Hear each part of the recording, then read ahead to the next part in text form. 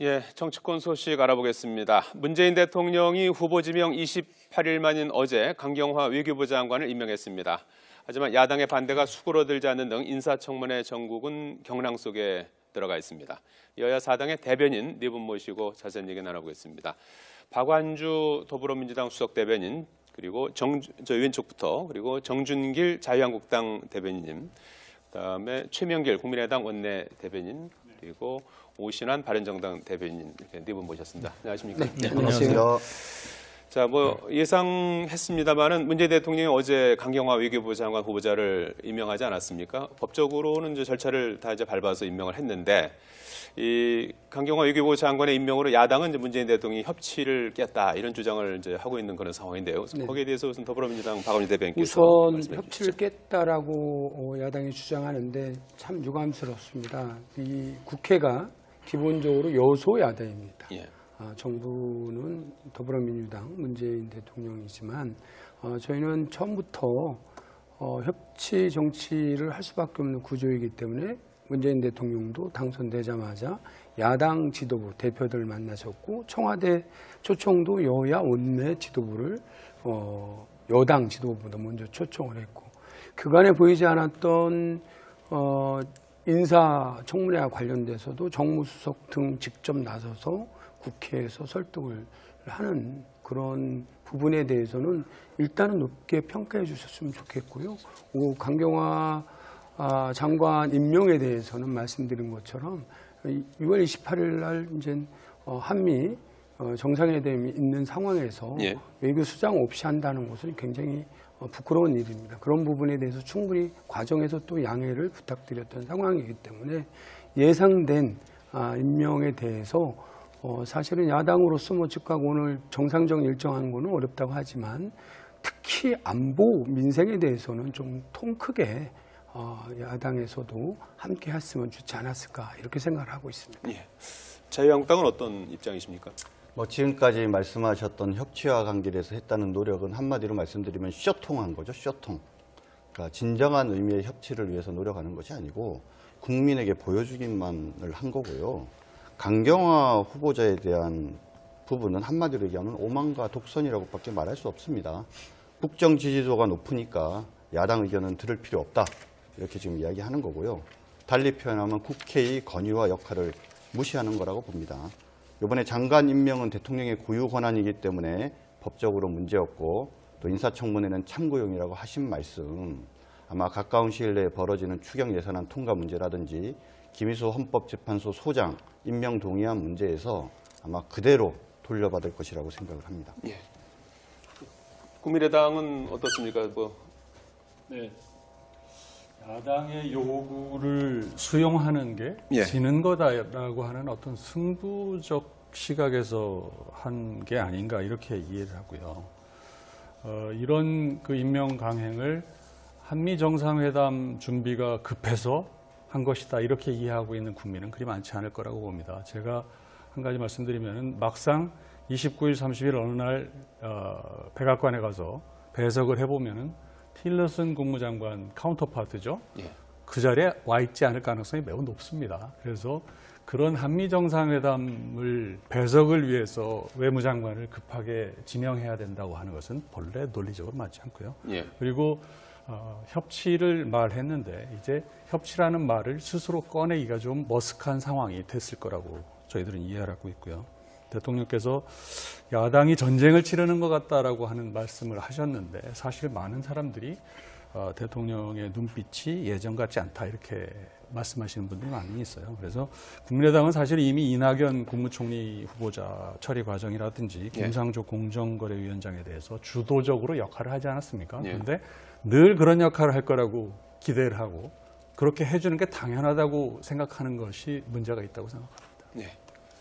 네. 바른정당 입장 얘기해 주시죠. 기본적으로 협치라는 것이 양쪽에 상대가 있는 거 아니겠습니까? 그런 점에서 대통령께서 일방적으로 정해놓은 그런 절차대로 가면서 야당이 그것들을 받아들여 달라라고 이렇게 절실하게 설명하고 설득하는 과정들 그 자체만 놓고 협치라고 보긴 좀 어려울 것 같습니다. 왜냐하면 그 강경화 후보자의 경우는 공이 야 3당이 부적격자라고 일치된 목소리를 낸 케이스입니다. 그렇기 때문에 그 부분에 대해서 좀 귀담아 들으시고 그 부분이 왜 문제가 있었는지에 대해서 받아들일 준비가 돼 있어야 되는데 이미 뭐 강행하겠다는 것을 예고하면서까지 정해놓은 그 길로 가는 것은 굉장히 좀 부적절했다 이렇게 판단이 되고요. 예. 또 국회에서의 청문회를 바라보는 인식 자체가 굉장히 위험하다 이렇게 생각이 됩니다. 청문회는 하나의 어떤 그냥 참고용이다라고 하는 발언은 사실은 있을 수가 없는 내용이고 굉장히 오늘 국회의장께서도 그 부분에 대해서는 언급이 있었거든요. 그건 굉장히 좀 위험한 발상이고 과연 그런 인식으로 어떻게 국회랑 소통하고 협치를 하겠는가라는 우려가 분명히 있는 것이기 때문에 강경화 후보자를 임명 강행한 것은 사실은 과거에도 한미 정상회담 때 과거 정부에도 외교부 장관이 배석하지 않은 케이스가 두세 차례가 있었습니다. 예. 강경화 장관이어야만 한미 정상회담이 꼭 이루어진다라고 하는 생각들도 국민들이 동의하기가 어렵고요. 이미 정해놓은 이건 청문회 인사 보고서 채택과 여부와 상관없이 무조건 임명을 하겠다라는 의지가 담겨 있는 것이 아니냐 이렇게 보여집니다. 예. 요거에 관해서 짧게 한 말씀. 예, 뭐 세 분이 이제 뭐 비슷한 취재 말씀을 하셨으니까 거기에 대한 예, 답변 하시죠. 우선 뭐 그런 지적하실 수 있는데 우선 말씀하셨듯이 인사권자는 야 3당이 반대했다는 부분은 분명히 알고 있었고요. 국회 야당은 반대하고 거꾸로 또 한편에서는 국민들은 또 괜찮다라고 하는 여론이 한 60%가 넘어갔던 상황에서 그 야당도 받아들여야 되고 국민들의 목소리를 받아들였을 때 그 책임은 당연히 인사권자이 가져야 되는. 다만 여당으로서 정말 그 우리 강 장관이 지적하듯이 업무 수행 능력에 문제가 있다라고 하는 예. 부분에는 동의할 수 없다. 단적으로 10명의 전직 장관들이 외교 베테랑들인데 그 당시에는 뭐 진보다 보수 정권이를 떠나서 모든 분들이 국제적으로 굉장히 검증된 후보다라고까지 말씀을 하신 부분에 대해서 이 정도는 사실은 야당이 여당에서 요구하는 뭐 한미 정상회담도 있지만 전직 장관들이 그렇게 좀 공증하고 전문가로서 봤던 부분도 좀 감안됐던 측면도 있기 때문에 이런 부분에 대해서는 좀 오히려 안보 부분에 대해서는 우리가 철저하게 당리당략을 떠나서 함께 초당적으로 하는 것이 맞지 않을까 이런 말씀을 드리겠습니다. 예. 지적을 안 할 수 없는데요. 지금 뭐냐면 강경화 후보에 대해서는 도덕성 문제뿐만 아니라 능력 문제에 대해서도 많은 지적들이 있었지 않습니까? 그런데도 당연히 능력을 갖춘 사람임을 전제로 해서 이렇게 말씀하시는 게 적절한지 의문이고요. 지금 여론조사 얘기를 하는데 여론조사 설문 내용에 문제가 있다는 지적이 이미 있었지 않습니까? 야당의 반대로 청문보고서 채택이 무산되는 경우가 발생한다면 이렇게 물어서 안 된다는 거죠. 그죠? 청문보고서 채택을 위한 여야 합의가 안 되는 경우 이렇게 중립적으로 물어봐야 되는데 예. 이미 여론 설문조사에도 문제가 있다는 거고 자꾸 이렇게 여론조사 얘기를 하는 거는 그러면은 청문회 뭐터로 합니까? 그냥 여론조사 해가지고 결정하면 되는 거 아니겠습니까? 예. 지금 그리고 하나만 예. 더 말씀을 드리면 혹간에 지금 이런 얘기가 나와요. 문재인 대통령이 참 고민이 많으신 것 같다. 야 3당이 다 반대하고 문제가 있다라고 얘기를 하는데도 왜 굳이 이렇게 예고까지 하시면서 강행을 하실까? 혹시라도 그 추천한 분이 감히 거부할 수 없는 그런 분이기 때문에 그런 것은 아니냐. 왜냐하면 문재인 대통령께서 예. 이번에 그 공약 내용 중에 인사추천 실명제라는 걸 말씀하셨어요. 이래 국민들이 궁금해하거든요. 저렇게 강행하는 강경화 후보 도대체 누가 추천했는지 예. 국민 앞에 공약대로 밝혀야 되는 거 아니겠습니까? 예, 예. 일단 짧게 뭐 이제 임명장까지 이제 수요가 된 상황인데요. 예. 이 부분에 대해서 예. 저는 다른 당은 몰라도 자유한국당은 그렇게 지적하는 거에 대해서 국민들이 동의하지 않을 것 같습니다. 이 부분에 대해서는 뭐 여러 가지 말씀을 지금 하셨지만 보수당이면서 일야당에서는 어떤 것보다 한미동맹을 가장 중요시하고 안보에 대해서 그간 10년 동안 주장하지 않았습니까? 지난번 9일 날 대통령께서 이번 정상회담을 정식으로 우리 야당도 조심스럽게 초청하고 같이 논의하자. 그 판단은 뭐 야당에서 하시겠지만 예. 최소한 이런 협치된 모습 보여주는 게 지난 9월에 추석 때 국회의장과 여야 원내대표가 미국 방문했을 때 굉장히 호평을 받았습니다.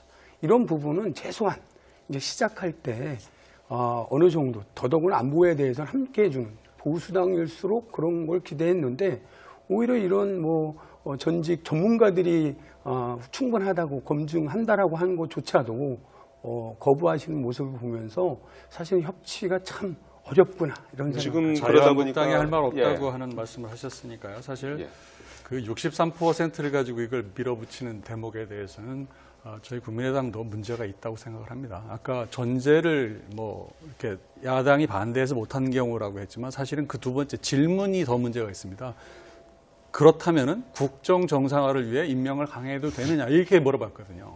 그러면 좋은 걸 위해서 이걸 하겠다라고 하는데 찬성이 높아지는 건 당연한 거고요. 예. 그렇게 해서 63%를 전가의 보도처럼 얘기를 하면서 이건 국민이 원하니까 해야 된다. 그것은 그러면은 나중에 예.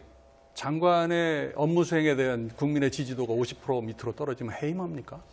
그건 아니지 않습니까? 국회 그래서 저는 한 말씀만 예. 여론조사 말씀하신 그러면 단적으로 네. 실제로 그런 강행을 하고 하겠다라고 하는 뭐 다 예상했을 때 예. 반대를 하는 목적이 그렇다면 타당성이 있다면 그렇게 주장하는 야당들이 반대급부라는 게 있어야 되잖아요. 여당을 비판하고 잘못된 걸 지적해서 그게 옳다라고 하면 그 여당 지지도들이 올라가야 되는 것이 정상적이잖아요. 예. 어떤 경우 저희 내적으로 하든 뭐 외적에서 여론조사 이런 모습을 봤을 때는 저는 지금까지 추이는 저희도 떨어지지만 그 야당들도 반대급부 없이 같이 답변에 지금 떨어지는 부분에 예. 대해서는 오히려 책임지지 얘기를 못하는 하시면은 오신환 수치가 대변인까지 이제- 말씀 예. 듣고 왜냐하면 보시자는 말씀. 예. 정권 출범의 초기에는 늘 어느 정부나 높은 지지율을 가졌습니다. 예. 과거 김영삼 정부의 83%의 1년 차에 거기서부터 박근혜 정부도 60% 이상 나왔습니다. 그렇기 때문에 강경화 후보자의 도덕성이나 자질이나 역량 이 부분도 물론 국민들께서 보시겠지만 문재인 정부 출범의 지도와 같이 연동해가는 부분들이 있는 것이거든요. 그렇습니다. 그렇기 때문에 단순히 여론조사로 자꾸 청문회를 이렇게 넘어서려고 하는 부분들은 좀 옳지 않고 그렇게 따지면 지금 엊그저께 발표된 여론조사에서 사드 배치가 53%가 국민 찬성 여론이에요. 예. 그럼 이제 앞으로 정부가 그럼 사드 배치에 관련해서는 더 이상 왈가왈부하면 안 되죠. 그냥 배치하고 한미동맹 더 공고히 할 수 있는 쪽으로 가는 예, 게 맞냐? 알겠습니다. 라고 하면은 거기에 대한 반론이 분명히 있을 겁니다. 그렇기 예. 때문에 청문회는 국회에서의 어떤 역할이기 때문에 야3당이 공히 그 부분에 대해서 부적격 의견을 냈기 때문에 대통령께서 귀담아 듣는 그런 액션들이 있어야겠죠. 예. 예. 그리고 저기- 자유한국당이 무슨 말할 자격이 없다 이렇게 얘기하는 것은 이거 공중파 방송에 나와서 좀 되게 적절하지 않은 발언인 것 같고요. 예. 예. 그러니까 국민들 그렇게 바라보고 있습니다. 말씀을 하시니까 예. 한 말씀을 드리면 지금 무슨 그 민주당이 겉으로는 한미동맹 얘기하면서 실질적으로는 한미동맹 다 깨트리고 있지 않습니까? 그런 말 속단적인 다르고 말씀하시면 안 되죠. 조용히 한번 계세요 잠깐만요. 말하는데 이게 지금 저기 말하는 여기- 것과 예, 실제 예. 행동하는 것이 자기네들이 얼마나 다른 줄 모르고 정부 대변인, 계속 그렇게 예, 얘기를 예. 하면 국민들이 쏘을 거라고 생각하면 안 되죠. 그런다고 예. 그런 자리에서 한미동맹을 진정으로 원하는 무슨 시간이- 자유한국당은 말할 자격이 없다 이렇게 예, 얘기하는 알겠습니다. 것은 정 대변인, 여기 그 지금 여당 그- 저기 대변인이 이런 자리에서 그런 얘기하면 안 되죠. 시간이 조금 사과하세요. 저희가 좀 제약이 돼 있기 때문에요. 여기 토론하는 그런 그 형식보다는 어떤 지금 여러 가지 사안에 대해서 각 당의 입장을 좀 듣고자 하는 아니 그래도 자리거든요. 최소한 이런 그러니까 거기서 토론으로 공영방송에서 가면은 어떻게 제일 야당을 대표해서 그러니까 나온 뭐 대변인한테 거기- 당이 뭐 그 말할 그 자격이 정도로- 있네 없네 이렇게 얘기하는 건 그 적절하지 정도로 않은 거 아닌가요? 그 정도로 하시고요.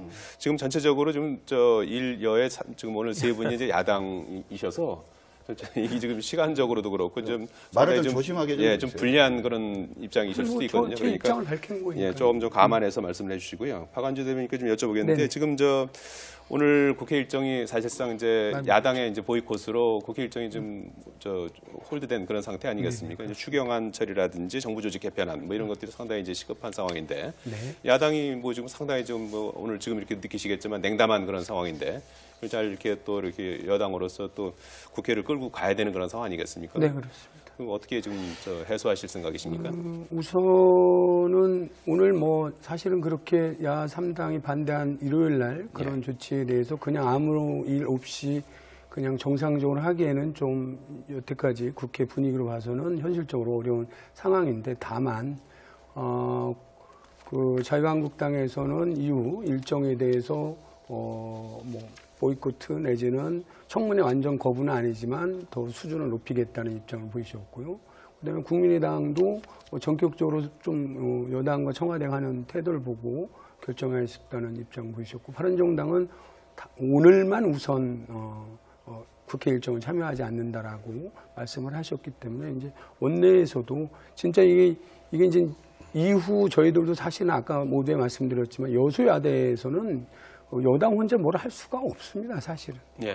특히 아까 말씀드렸던 추경 같은 경우에도 반드시 본회의를 표결로 통과돼야 되는 부분이기 때문에 이런 부분에 대해서는 원내든 당에서 지속적으로 좀 원하는 게 진짜 뭔지에 대해서 그리고 또 서로 주장하는 바가 초기이기 때문에 예.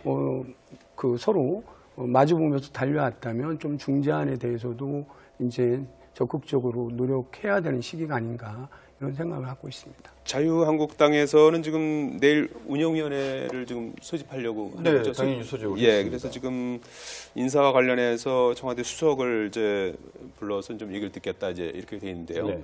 지금 운영위원장이 자유한국당에서 맡고 있지 않습니까? 네, 그렇습니다. 예, 그렇게 지금 내일 열리긴 하는 겁니까? 네, 그런 거로 알고 어떤 내용을 있습니다. 다루게 되는 겁니까? 먼저 말씀드리기 전에 좀 여당에 좀 충고를 하고 싶은데 예, 예. 서로 공격하는 내용은 조금 좀 예전에 자제해 주십시오. 우병우 예. 민정수석을 소환을 할 때 안 나오니까 이런저런 이유로 해서 민정수석이 안 나오는 건 적절하지 않다라는 지적을 야당에서 했습니다. 예. 그래서 지금 운영위원회를 소집을 하는데 제일 핵심이 민정수석인데 민정수석이 만약에 그 자리에 나오지 않는다면 예. 또 다르게 불필요한 공전과 그걸로 인한 갈등이 예상됩니다. 예. 그러지 말고 꼭 나왔으면 좋겠고요.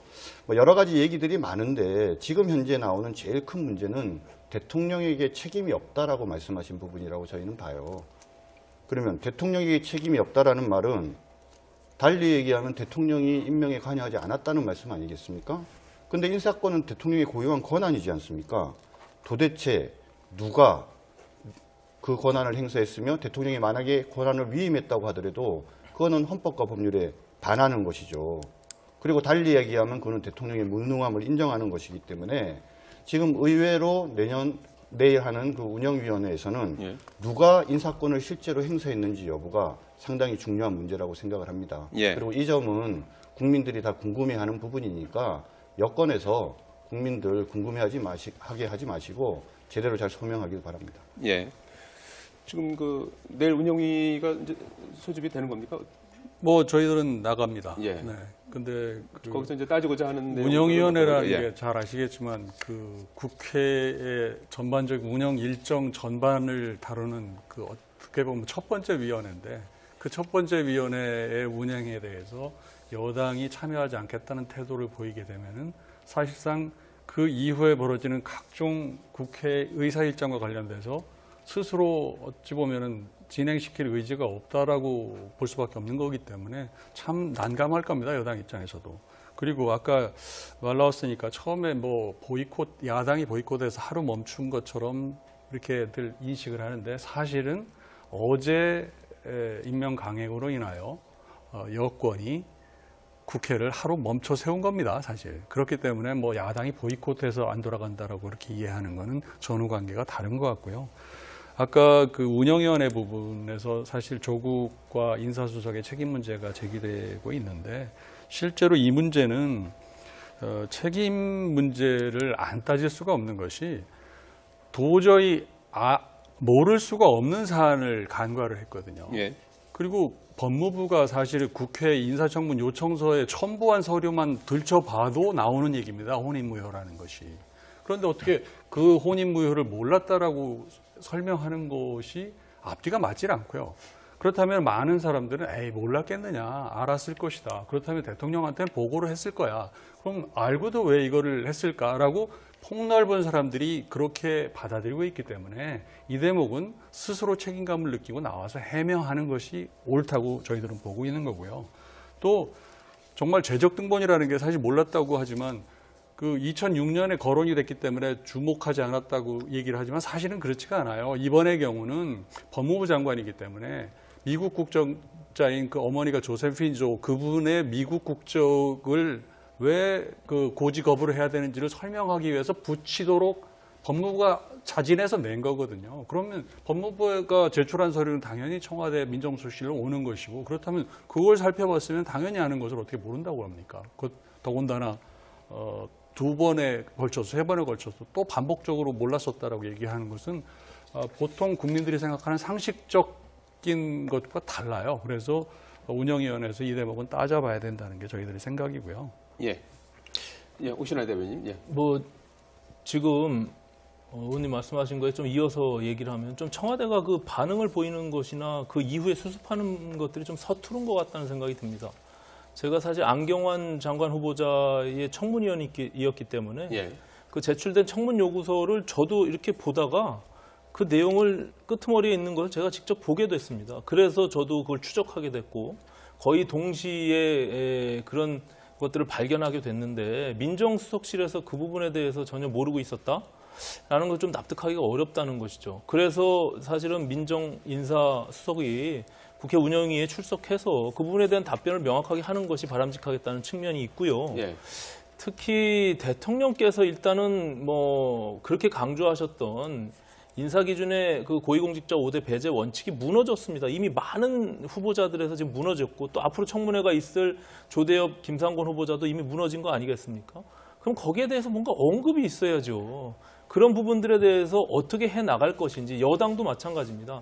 그 부분에 대해서 그럼 국회에서 다시 논의해서 뭔가 매듭을 짓고 가야 되는데 그것을 뭉개고 가면서 나는 아무 잘못이 없다.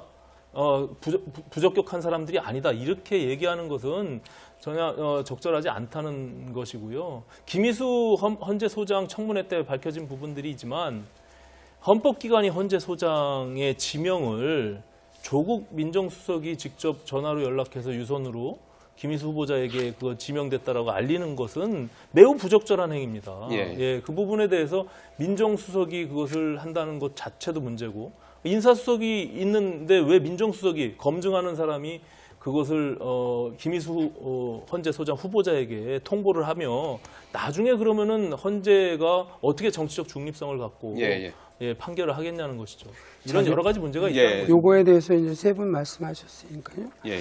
우선 운영위에 대해서는 우리가 오랜 동안 국회 운영했던 원칙이 있습니다. 제가 20대 일하는 국회에서 1년 전에 원구성을 담당했던 실제 제1당이며 야당이었을 때 원내 수석으로서 협상을 했습니다. 그 당시에 여소야대가 된 상황일지라도 국정을 책임지고 이끌어나가는 운영위원, 그러니까 위원회에 대해서는 여당이 하자라고 하는 원칙에 합의를 했습니다. 그중에 대표적인 것이 청와대가 소속한 운영위원, 그다음에 정보위원, 국방위원 이런 부분을 요구를 했고 협상 과정에서 그것을 충실히 야당이 여소야대였음에도 불구하고 그 부분을 배려하고 그건 오랫동안 국회에서 그렇게 운영을 해왔기 때문에 된 부분이었고 우선 운영위원 지금 현재로서는 본회의에서 사보임이 안 됐기 때문에 바로 자유한국당이 맡군을 하지만 정상적으로 저는 돌려주셔야 된다는 말씀 오늘 그런 취지의 논평도 냈지만 이 부분에 대해서는 그런 정신들을 국회부터 정상화시키는 부분부터 하고 오늘 원내대표인 우원식 대표도 정상화라는 표현이 그런 부분을 이야기했던 부분이고 두 번째는 좀 전에 말씀하셨던 우병우 수석 건에 대해서는 사실관계는 정확하게 그 당시도 여야가 합의돼서 출두하라고 했던 겁니다. 야당만 우리만 주장했던 것도 아니고요. 그 당시 여당이었던 정진석 원내대표가 우병우 정무수석을 출두하라. 근데 안 나오셨습니다. 지금까지 나온 경우는 한 두세 번이 있었는데 한 번은 그 당시에도 여야가 합의했음에도 불구하고 돌아가신 수석도 사실 본인이 사퇴하고 안 나온 경우가 있기 때문에 그 부분은 전례에 대해서 입장이 바뀌었다고 아니라 여야가 합의가 된다면 저는 당연히 소집이 된다면 나오라고 권고를 하겠죠. 그래서 내일 다만 이제 본질적인 부분에 대해서 근본적으로 치유를 하고 두 번째로는 방금 인사검증에 대해서 쭉 이제 말씀을 하셨잖아요. 왜 실패를 했느냐. 지금까지 한번 보니까요. 노무현 정부부터 시작한 이후 봤더니 노무현 정부 때 인사청문 경과 미채택하고 강행한 분이 이제 한 세 분 계셨고 이명박 정부 때는 미채택되고 강행한 게 17분 됐고요. 우리 박근혜 정부 때는 10명이 미채택되고 강행하고 3명에 대해서 미채택하고 그 사이에 본인이 사퇴하든지 철회를 했습니다. 예. 다만 요번에 있어서 봤을 때 우리는 이제 사전 인천까지 가기 전에 언론 청문회에서 이제 법무장관이 했기 때문에 물론 국민들이 새로운 대한민국에서 더 높은 수준의 청문을 요구하고 기준을 요구하는 것은 지당합니다. 과거 정부가 똑같이 하겠다는 얘기가 아니고 다만 그런 언청과 실제로 인사청문을 통해서 본인들이 실제로 논의하고 해명할 수 있는 기회도 충분히 듣고 판단할 만큼 가치는 있지 않을까 이런 말씀을 야당이 드리겠습니다. 셋이고 여당이 한 분이라는 이유로 이렇게 좀 기회를 자꾸 활용하시는 게 너무 이야기가 길어지는데 예, 지금 예. 포인트는 운영위원장을 어느 쪽에서 하느냐가 핵심이 아니지 않습니까? 지금 실제로 논의에? 그렇게 하고서 논의고 정상화하고서 하셔야죠. 또그 네. 인사청문 경과보고서 채택하지 아니하고 임명된 사례가 뭐 30몇 번이다. 이게 사실 포인트가 아니잖아요. 지금 문제는 왜 운영위원회를 해야 되며 왜 조국 민정수석이 같은 해명해야 내용 되느냐라고 아닌가요? 하는 문제인데요. 지금 얘기 나왔으니까 지적하면요. 지금 그 주광덕 의원에 대해서 막 그 이런저런 공격이 이루어지고 있는 것은 그건 온당치 않다고 봅니다. 저는 국민의당 입장에서 한 걸음 떨어져 있는 사안인데요. 사실은 그 대법원 공보판사가 이야기를 했어요. 15일 날 요청이 왔기 때문에 이것은 검증을 위한 일이라고 보고 그냥 등사해서 보내줬다라고 해명했는데 거기에 무슨 음모가 있고 더 이상의 말이 필요합니까? 그 대목도 자꾸 그런 얘기가 나오는 부분에 대해서도 따져봐야 될 대목이고요. 또 그 해당된 안경환 씨가 마치 20대 같이 살았던 20대 여인의 이혼 기록이 있는 것이 마음이 아파서 그 무슨 혼인 무효를 택한 것처럼 이렇게 설명을 하지 않습니까? 그로 인해서 해당자는 60대 초반의 그 여인이고 아직 살아있는데 2차, 3차 피해를 당하고 가족들이 붕괴하고 있는 상황이거든요. 그래서 이런 부분은 정말 지나간 일로 치부할 게 아니고 좀 따져봐야 되겠다라고 하는 야당의 그 요구가 있는 겁니다. 이게 한 가지를 더 해야 되는 게 뭐냐면 지금 이런 일이 벌어지면 국민들 앞에 사과를 해야 되는데 검찰에서 또 내부에서 누군가 그 흘렸다, 자료를 빼냈다 이래갖고는 검찰 검증하겠다, 조사하겠다 또 이런 이야기까지 나왔지 않습니까?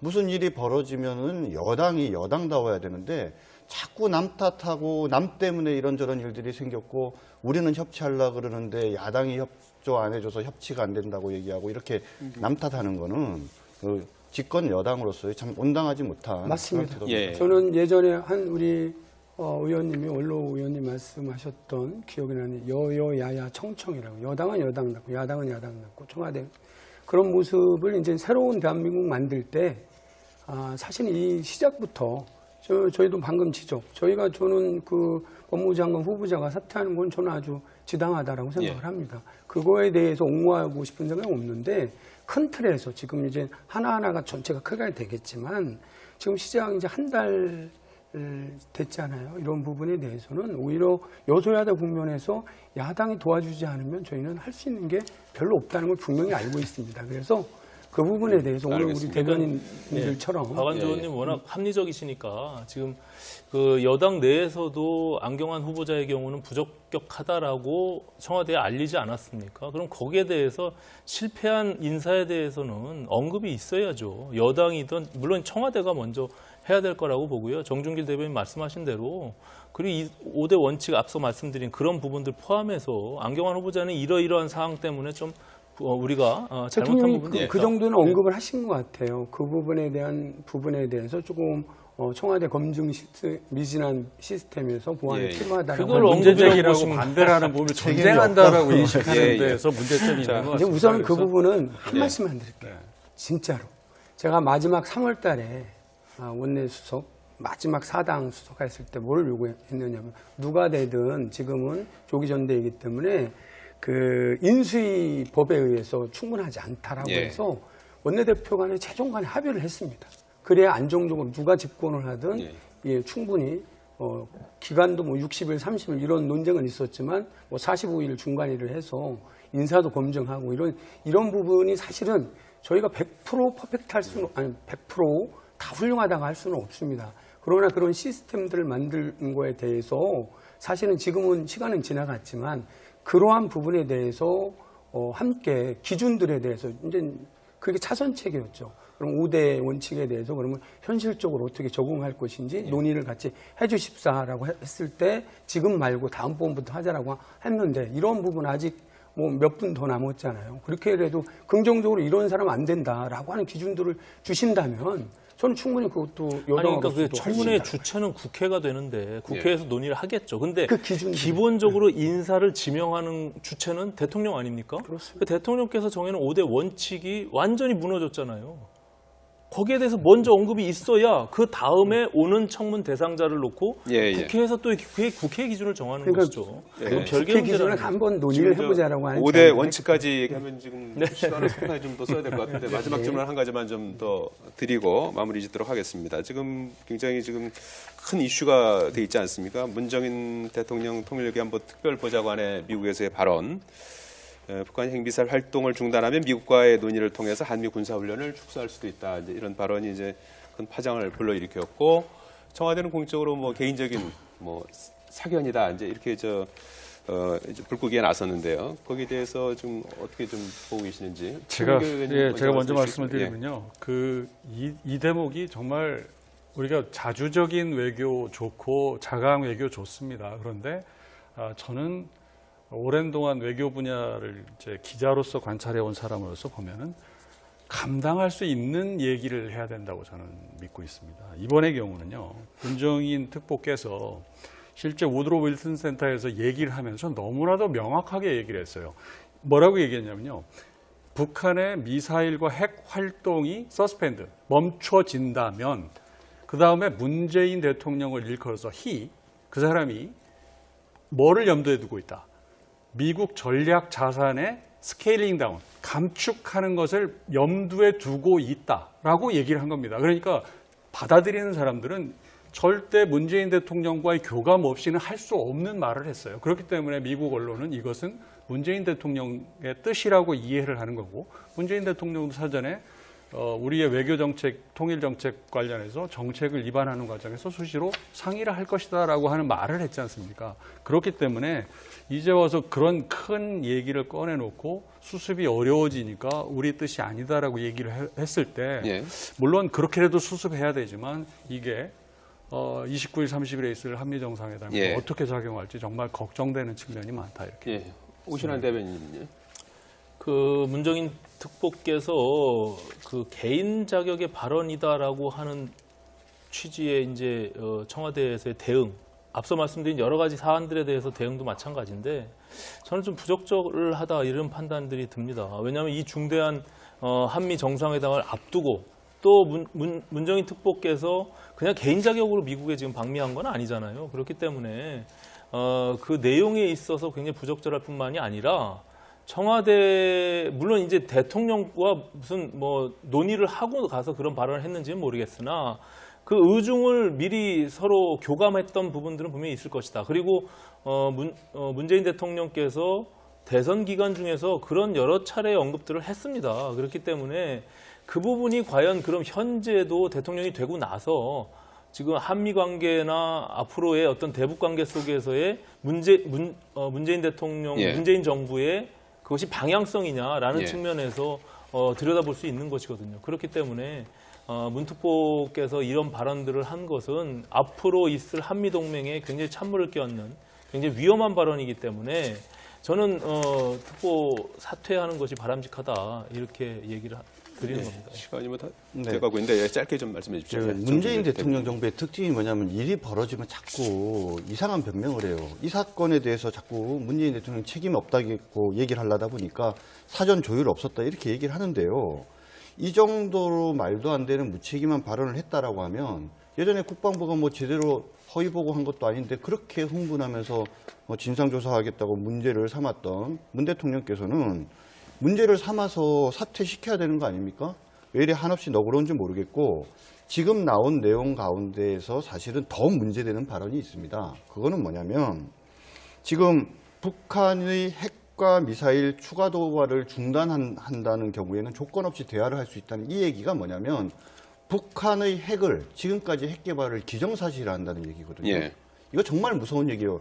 그런 상황에서 북의 핵을 기정사실화한 상태에서 전략 자산도 뺄 수 있다. 예. 이거 도대체 뭘 어떻게 하자는 겁니까? 예. 이렇게 얘기를 하면서 한미동맹을 강화하고 지켜나가겠다라고 얘기를 하니까 국민들이 한미동맹 강화하겠다는 말을 그 말이 진실성이 없다라고 생각할 수밖에 없는 거예요. 예, 시간이 뭐 지금 다 돼가고 있는데 예, 박원진 대변인까지만 말씀 두 듣도록 가지 하겠습니다. 측면에서 예. 우선은 저는 윤정인 특보에 대해서 개인이든 특보 보좌관, 특별보좌관 요건으로 과연 그게 한미 정상회담의 국익에 도움이 될까 했을 때 부정적으로 지적하는 야당의 지적에 대해서 동의를 합니다.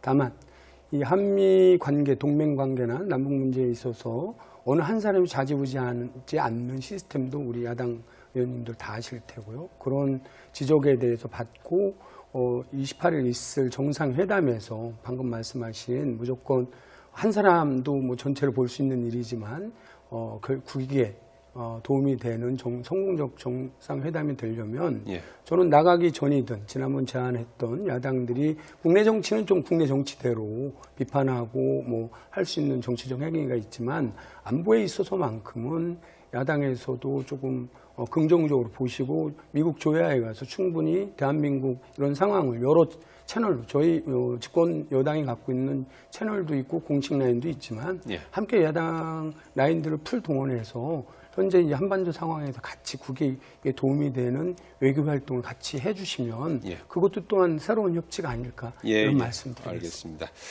자, 오늘 네 분 모시고 말씀 나눠봤는데요. 뭐 확인하신 대로 상당한 그 차이를 느끼셨을 것 같습니다.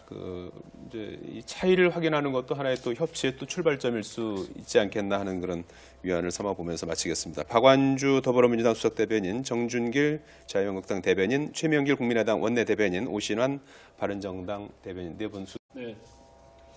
야당의 요구를 수용하는 게 예. 지는 거다라고 하는 어떤 승부적 시각에서 한 게 아닌가 이렇게 이해를 하고요.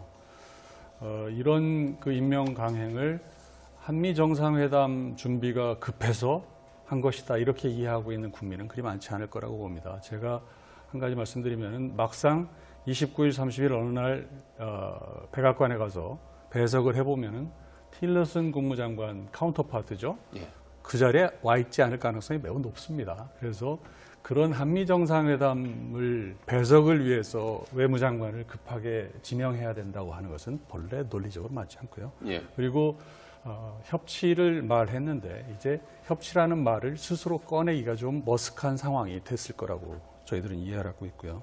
대통령께서 야당이 전쟁을 치르는 것 같다라고 하는 말씀을 하셨는데 사실 많은 사람들이 대통령의 눈빛이 예전 같지 않다 이렇게 말씀하시는 분들이 많이 있어요. 그래서 국민의당은 사실 이미 이낙연 국무총리 후보자 처리 과정이라든지 김상조 공정거래위원장에 대해서 주도적으로 역할을 하지 않았습니까? 예. 그런데 늘 그런 역할을 할 거라고 기대를 하고 그렇게 해주는 게 당연하다고 생각하는 것이 문제가 있다고 생각합니다. 네.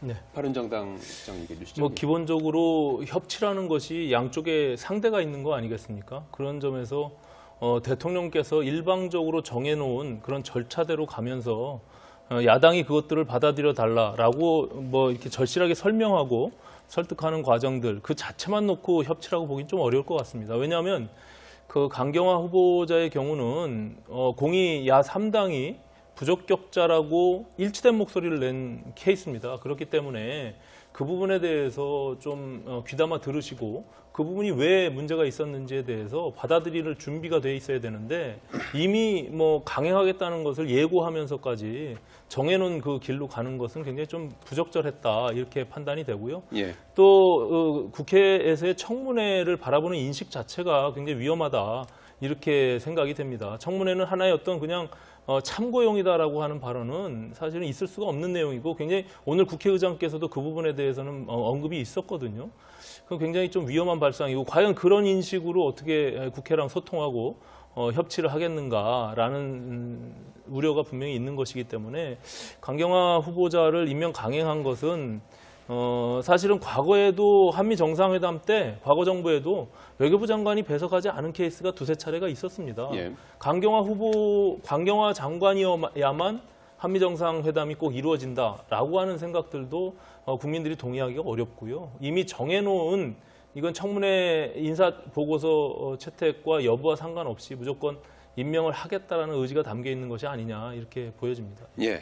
요거에 관해서 짧게 한 말씀. 예, 뭐 세 분이 이제 뭐 비슷 10년 동안 주장하지 않았습니까? 지난번 9일 날 대통령께서 이번 정상회담을 정식으로 우리 야당도 조심스럽게 초청하고 같이 논의하자. 그 판단은 뭐 야당에서 하시겠지만 예. 최소한 이런 협치된 모습 보여주는 게 지난 9월에 추석 때 국회의장과 여야 원내대표가 미국 방문했을 때 굉장히 호평을 받았습니다.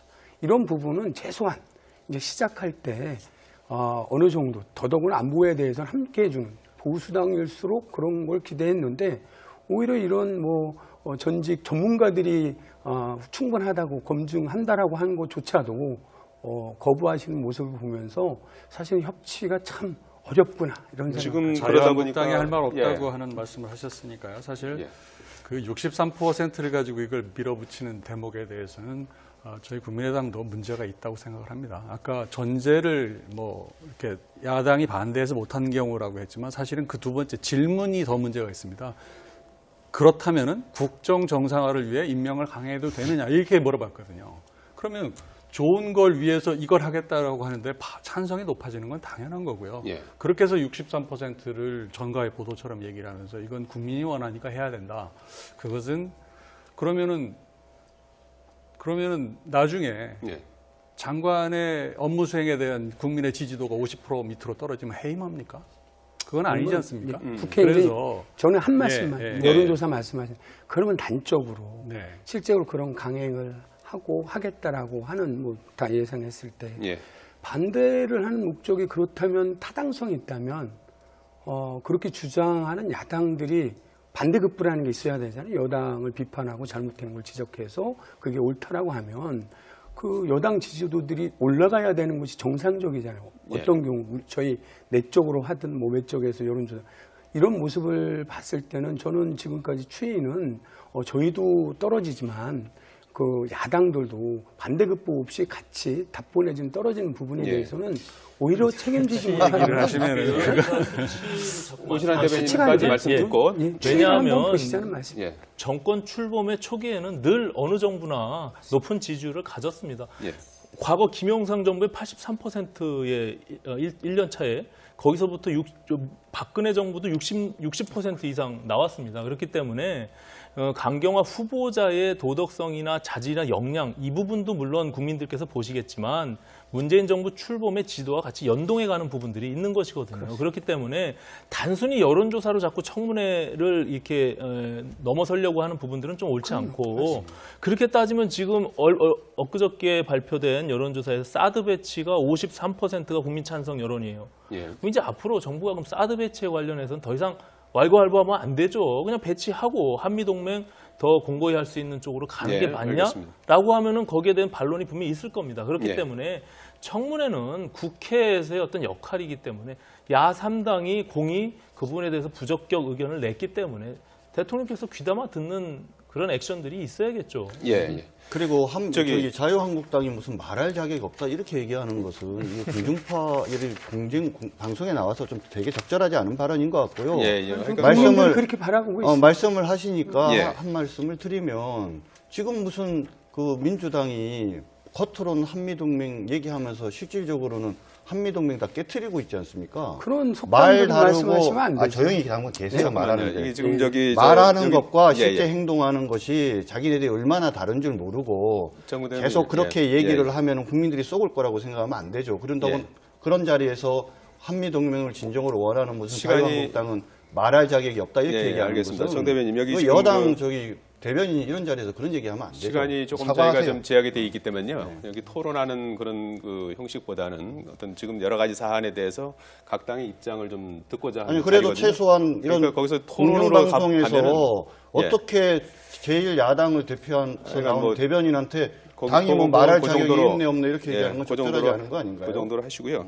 지금 전체적으로 지금 저 일여에 지금 오늘 세 분이 이제 야당이셔서 이게 지금 시간적으로도 그렇고 좀 말을 상당히 좀 조심하게 좀 예, 좀 해주세요. 불리한 그런 입장이실 수도 있거든요. 제 입장을 밝힌 거니까. 예, 조금 좀 감안해서 말씀을 해주시고요. 박완주 대변인께 좀 여쭤보겠는데 네. 지금 저 오늘 국회 일정이 사실상 이제 맞습니다. 야당의 이제 보이콧으로 국회 일정이 좀 홀드된 그런 상태 아니겠습니까? 이제 추경안 처리라든지 정부 조직 개편안 뭐 이런 것들이 상당히 이제 시급한 상황인데 네. 야당이 뭐 지금 상당히 좀 뭐 오늘 지금 이렇게 느끼시겠지만 냉담한 그런 상황인데 잘 이렇게 또 이렇게 여당으로서 또 국회를 끌고 가야 되는 그런 상황 아니겠습니까? 네, 그렇습니다. 그럼 어떻게 지금 해소하실 생각이십니까?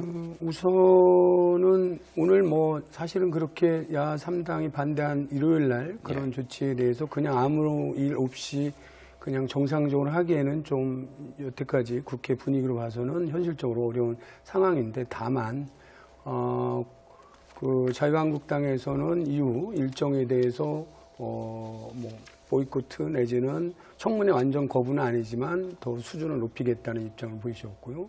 그다음에 국민의당도 전격적으로 좀 여당과 청와대가 하는 태도를 보고 결정하겠다는 입장을 보이셨고, 바른정당은 오늘만 우선 국회 일정을 참여하지 않는다라고 말씀을 하셨기 때문에 이제 원내에서도 진짜 이게 이제 이후 저희들도 사실은 아까 모두에 말씀드렸지만 여소야대에서는 여당 혼자 뭘 할 수가 없습니다, 사실은. 예.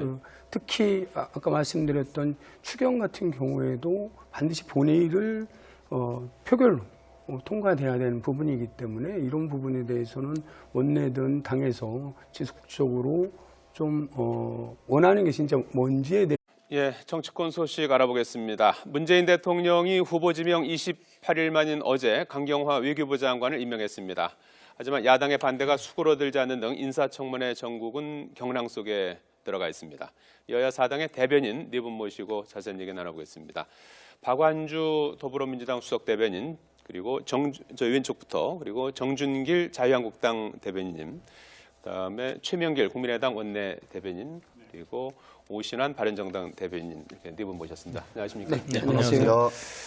자, 뭐 예상했습니다만은 문재인 대통령이 어제 강경화 외교부 장관 후보자를 임명하지 않았습니까? 법적으로는 이제 절차를 다 이제 밟아서 임명을 했는데 이 강경화 외교부 장관의 임명으로 야당은 이제 문재인 대통령이 협치를 깼다 이런 주장을 이제 하고 있는 그런 상황인데요. 네. 거기에 대해서 우선 더불어민주당 박원주 대변인께서 우선 말씀해 협치를 깼다라고 야당이 주장하는데 참 유감스럽습니다. 이 국회가 기본적으로 여소야대입니다. 예.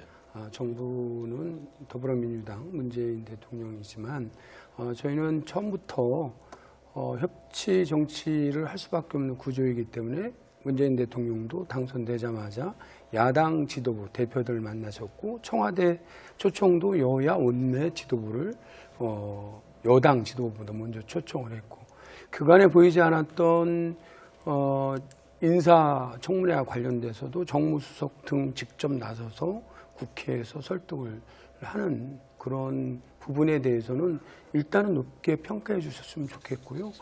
강경화 장관 임명에 대해서는 말씀드린 것처럼 6월 28일 날 이제 한미 정상회담이 있는 상황에서 예. 외교 수장 없이 한다는 것은 굉장히 부끄러운 일입니다. 그런 부분에 대해서 충분히 과정에서 또 양해를 부탁드렸던 상황이기 때문에 예상된 임명에 대해서 사실은 야당으로서 뭐 즉각 오늘 정상적인 일정하는 거는 어렵다고 하지만 특히 안보 민생에 대해서는 좀 통 크게 야당에서도 함께 했으면 좋지 않았을까 이렇게 생각을 하고 있습니다. 예.